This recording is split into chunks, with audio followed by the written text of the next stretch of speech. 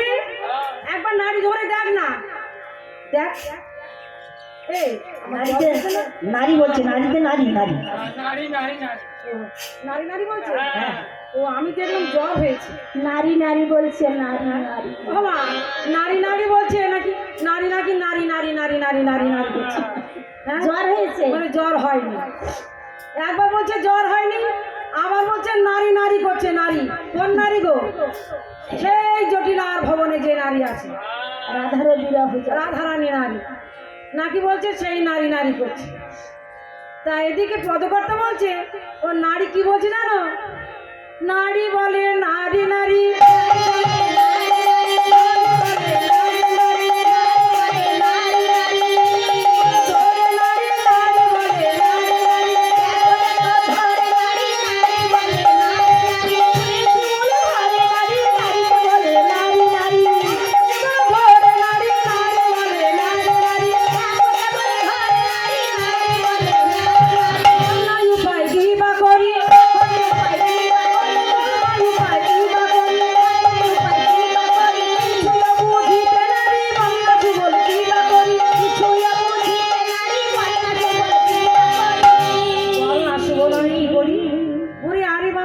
তোর কোনো চিন্তার কারণ নেই।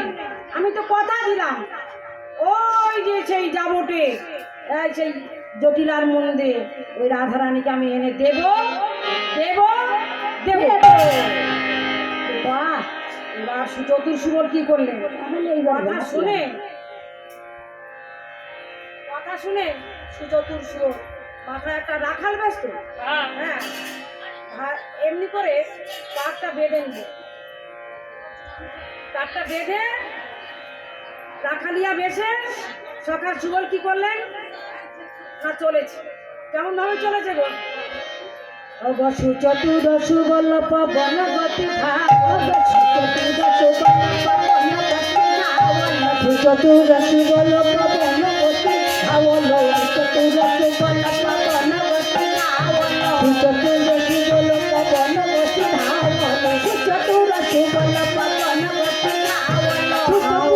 বল পবন গতি ধাবল আওল যাবত মাঝ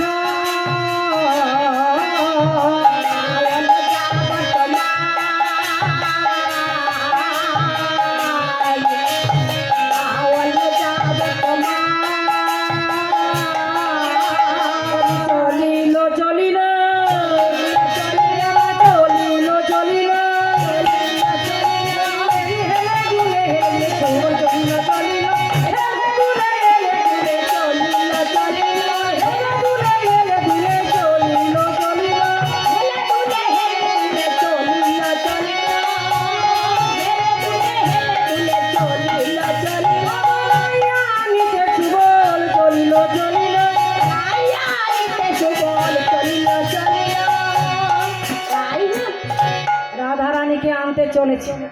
কেমন করে জানো মা? হেলে দুলে যাচ্ছে নাচতে নাচতে। হ্যাঁ চলেছে চলেছে। কোথায় চলেছে? জটিলার ভবন। জটিলার ভবন কোথায়? ও মা কোথায় বলেছিলাম মনে নেই? সুন্দর মনে না? কোথায় বলেছিলাম ও মা? যাবট গ্রামে হচ্ছে জটিলার ভবন। আর জটিলার বৌমাকে বলো, কথা বল। রাধারানী। মায়েরা আমার কেউ মন দিয়ে শুনছে না, শুধু মনে করছে খিচুড়ি খাবো খিচুড়ি খাবো খিচুড়ি খাবো। ও মা আমাদের আবার গান আছে, আপনাদের এখানে ছেড়ে আবার গান নিয়ে চলে যাবো সরবেরিয়া। তা আমাদের কত কষ্ট হচ্ছে বলুন। এই রৌদ্রে দাঁড়াতে দাঁড়াতে হাঁপিয়ে যাচ্ছি। হ্যাঁ হাঁপিয়ে আবার দুটোর সময় কেন না আমার টাকা পাবো বলে, তাই তো। আর আমার মায়েদের কিন্তু বড় খিদে পেয়েছে, এখন বেলা হয়ে গেছে, খিচুড়ি খাবে, কখন খিচুড়ি আসবে সবাই খিদে পেয়েছে না। হ্যাঁ তা কি বলছে গো? না সুবল আমার যাচ্ছে কার গৃহে? জটিলার গৃহে, রাধারানীর শ্বশুরাস্থল। শ্বশুরালয়। শ্বশুরালয় কোথায় যাচ্ছে? না যাবট গ্রাম। এবার চলেছে গিয়ে কি বলছে, যেতে যেতে গিয়ে দেখে আগে কার না আগে জটিলা মা থাকে। জটিলা জটিলা মা দেখেছেন তো? জটিলা কাদের বলে গো? কাদের বলে? শাশুড়ি। হ্যাঁ জটিলা কাদের বলে? শাশুড়ি। শাশুড়ি, শাশুড়ির কথা বলতে বলতে আমার শ্বাস উড়ে যায়, শ্বাস। যাদের নাম শুনলে শ্বাস উড়ে যায়। বাবা এমন শাশুড়ি, শাশুড়ির কথা বলতে বলতে আমার বৌমাদের শ্বাস উড়ে যায়। নদিনী কাকে বলে? নদিনী, ন নদী, ন নদী, ন মানে 9টা, আর 9টা নদী স্বরূপ আমার নদিনী। 9টা নদীর বাঁক যেমন না, ও দেখতে দেখতে দেখতে দেখতে যেমন বাঁক 2.5টা প্যাঁচের চাইতে আরো বেশি প্যাঁচ। তার নাম হচ্ছে কে? ননদী। ননদীর দাদার কানে বলবে, এ দাদা তোর বউ ওখানে গিয়ে কথা বলছে দেখ একটা ছেলের সাথে। আর দাদা গিয়ে দেখেন না মা কালীর ভজনা করছে, মা কালীর ভজনা করছে, সেখানে তো কোনো লোকের সঙ্গে কথা বলছে না। বলছে এবার আমি যাই না, ওষটা কাঁধে নিয়ে মায়ের হাতের খানাটা নিল, নিয়ে আর আয়ন কি করছে? ছুটছে। কি করবে না, বোনকে কাটবে, যাচ্ছে, গিয়ে দেখে বোন ভয়ে জড়সড় হচ্ছে, জড়সড়। বলছে দাদা আমায় মেরো না, দাদা আমায় মেরো না, মেরো না দাদা, আর মেরো না, আর আমি বলবো না। বলছে আর বলবি আমার বউয়ের নামে? হ্যাঁ, বউ আমার দেখছি ওই মা কালীর ভজনা করছে, সাধনা করছে, আর তুই মিথ্যে কথা বলছিস, কোন ছেলের সাথে কথা বলছে? মজা দেখাচ্ছে। এই বলে আমার এদিকে এদিকে শুয়োর সকা আমার চলেছে কেমন ভাবে, ও মা বড় জল পিপাসা পেয়েছে গো, এই রোদে ঘুরছে কেন না, নন্দ মহারাজের 9 লক্ষ গাভী। কটা গাভী? নবলক্ষ গাবি, নবলক্ষ। এটা ডাকা হচ্ছে। তাহলে 9 লক্ষ গাভী কার না? নন্দ মহারাজের। তো নন্দ মহারাজের 9 লক্ষ গাভীর মধ্যে একটা গাভীর বাছুরি হারিয়ে গেছে। সেটা কোন গাভী? সেটা হচ্ছে শ্যামলী গাভী। ও মা একটু মন দিয়ে শুনবেন, আর একটা দল মনে হয় আছে না কি গো? আচ্ছা যাই হোক, জানি না, আমারও সময় হয়ে এসছে। তা কি বলছে? 9 লক্ষ গাভীর মধ্যে একটা গাভীর বাছুরি হারিয়ে গেছে। সেটা কি না, শ্যামলী গাভীর কমলী বাছুর। একটা শ্যামলী রঙের গাভী ছিল, শ্যাম রং মানে মা কালী গায়ের রং। ঠিক এমনি একটা গাভী ছিল কালো রঙের। সে কালো রঙের একটা গাভী বাছুরি ছিল, তার আবার কি কমলী, মানে কমল মানে কি ছোট, ছোট বাছুর মানে কমল, কমলী। তাহলে কমলী বাছুর মানে ছোট্ট একটা বাছুরি, মেয়ে বাছুরি। মেয়ে বাছুরি মানে সেই রাধারানী, কিন্তু এখানে ভালো করে বুঝবেন, বাছুরি বলছেন তাহলে রাধারানীর কথা বলছে। তাহলে কমল যদি বলতো তাহলে আমার শ্যামসুন্দরের কথা বলতো। এখানে বলছে 9 লক্ষ গাভীর মধ্যে শ্যামলী গাভীর কমলী বাছুরি হারায় গেছে। কার সাথে বলছে? শাশুড়ির সাথে। তা বলছে ও মা, এই প্রখর তপনতাপে তাপিত হয়ে আমার বড় জল পিপাসা পেয়েছে, না খুব জল পিপাসা পেয়েছে, চেষ্টায় আমার বুক ফেটে যাচ্ছে। তা কি বলছে? পদকর্তা পদ লিখলেন, ও গো পানি পিয়াছে মোর বাপ নাই ফুরাত, পানি পিয়াছে মোর বাপ নাই ফুরাত, পানি পিয়াছে মোর বাপ নাই ফুরাত, পানি পিয়াছে মোর বাপ নাই ফুরাত, পানি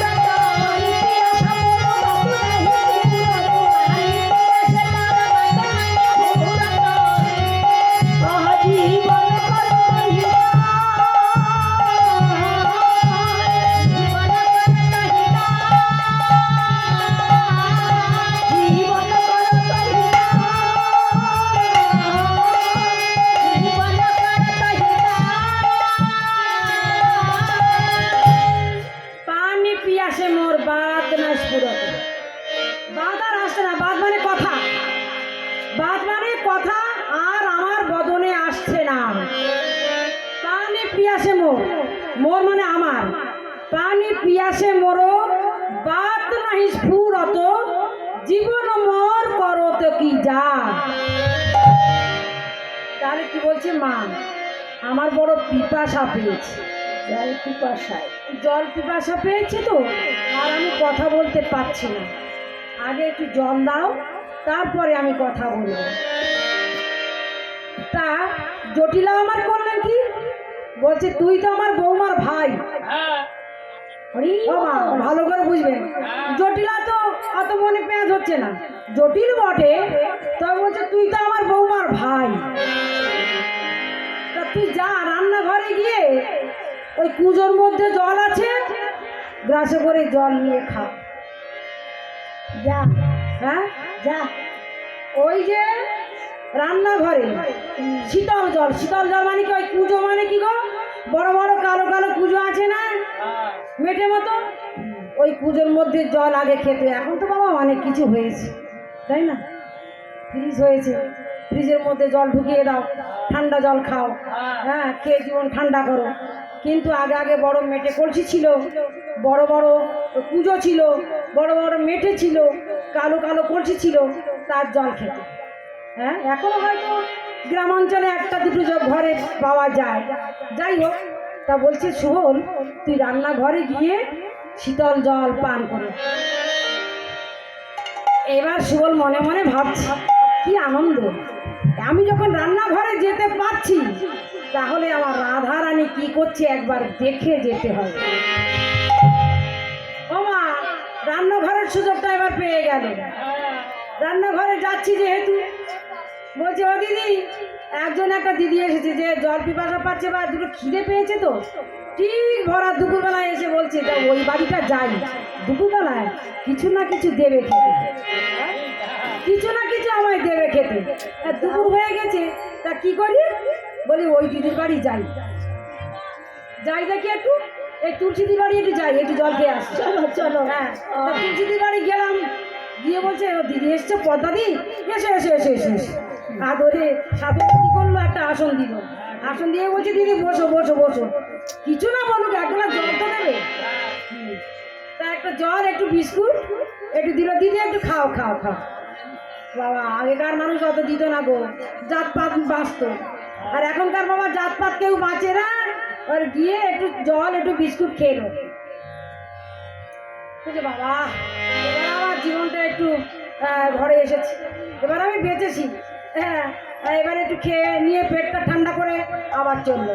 তার সুবল সখা মনে মনে ভাবছে, সারা জায়গায় তো ঘুরে ঘুরে আসছি, আমার বড় ক্ষুধা পেয়েছে, যদি একটু জল খেতে খেতে যদি একটু ভাত খেতে দেয়, দুপুর তো হয়ে গেছি, তা একটু যাই দেখি। এমনি করে রান্নাঘরের ধারে গিয়ে, হ্যাঁ, আহা হা বলা বলা একটু করে কি করলো, সুবল সখা যাচ্ছি, ঠিক এ মতো সময় ওই যে কুটির ননদ দাঁড়িয়ে দাঁড়িয়ে আছে, কোমর এটে সেটে। কোথায় চলেছো, কোথায় চলেছো তুমি, ওখানে দাঁড়াও, দাঁড়াও বলছি, আমাদের ঘরে প্রবেশ করবে না। দাঁড়িয়ে আছে, জটিলা মা এসে বলছে, এই কুটিলা, আরে ও তো তোর বৌদির ভাই, তা ঘরের ছেলে ঘরে যাবে, তুই আমার বাধা দিচ্ছিস কেন, বাধা দিচ্ছিস কেন?